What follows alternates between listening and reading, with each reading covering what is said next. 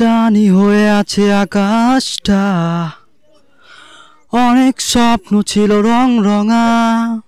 অনেক ঠান্ডা, আমি কিন্তু ভিতরে কিছু পরি নাই, ঠিক আছে? ভাই আমাকে বলছে আমি 8টা থেকে আসছি। যাই হোক, তো ভাই আমাদের শুটিংটা আপনার কেমন লাগতেছে? অবভিয়াসলি অনেক ভালো লাগতেছে। আসলে শুটিং সেটা তো আমি অনেক এনজয় করি, আর টাইমিংটা আমাদের কাছে অনেক বেশি ইম্পর্ট্যান্ট। আমার যারা টিম মেম্বার কাজ করতেছে এরা আসলে অনেক বেশি পাঞ্চুয়াল। যদিও আজকে প্রচণ্ড শীত, আজকে সম্ভবত 16 ডিগ্রি সেন্টিগ্রেড তাপমাত্রা, তারপরেও আমাদের সকাল 9টা থেকে আমরা শুটিং শুরু করেছি শুধু আপনাদের জন্য। সবাই আছে, সবাই কষ্ট করতেছে। আমাদের সাথে আজকে আছে হেলমেট হাবিব ভাই।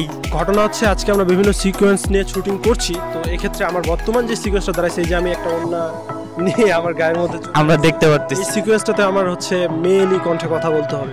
I am feeling so hot, আমার খুবই ভালো লাগছে। Really good. তো আপনাদেরকে ইন্ট্রোডিউস করে দিই আমাদের মার্শাল অ্যাভিনিউর new person. Actually I am so happy. Marshal Avenue আশা ভাই আমাকে কাজ দিছে একটা। তুমি নিজেকে গর্ভবতী মনে করতেছো? না, আমি জাস্ট কাজ খুঁজতে যাচ্ছিলাম, যে একটা কাজ আমার লাগবে। I am just happy. তবে ভাই একটা জিনিস কি আমি যেটা বলতে চাই সেটা হলো যে এই গ্রুপের সাথে কাজ করে আমি আমার লাইফের সব থেকে বেস্ট ডে গুলা কাটাচ্ছি, কারণ আমার এখানে ওনাদের সাথে খুব ভালো লাগে। বিশেষ করে আমাদের আশা ভাই, ওনার সাথে পরিচয়টা আমার হওয়া, এটা আমি মনে করি আমার এক ধরনের কপাল।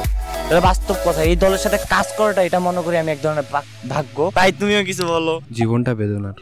আজকে অতিরিক্ত ঠান্ডার ভেতরে শ্যুট করতে আসলে এটা খুব চ্যালেঞ্জিং মনে হয়েছে, কারণ আজ মানে এই ঠান্ডায় আমার কাছে সবচেয়ে যে ঠান্ডাতম দিন এটা আজকে আমি পার করতেছি।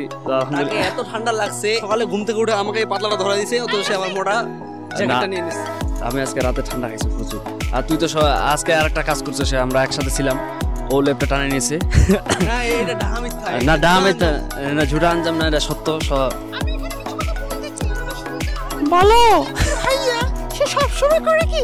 তার সাথে আমরা যখন বিছানে শুই, সে সবসময় লেপটা টেনে নেয়, এত খারাপ। না এটা একটা ঝুটা আনজাম, কারণ মাঝখানে আমি থাকি, যে তিনজন মাঝখানে ঘুমালে লেপ টানার আসলে প্রয়োজন হয় না, সাইডের দুইজন টানাটানি করে মাঝখানকে সবসময় ঠিক রাখে। বাইরে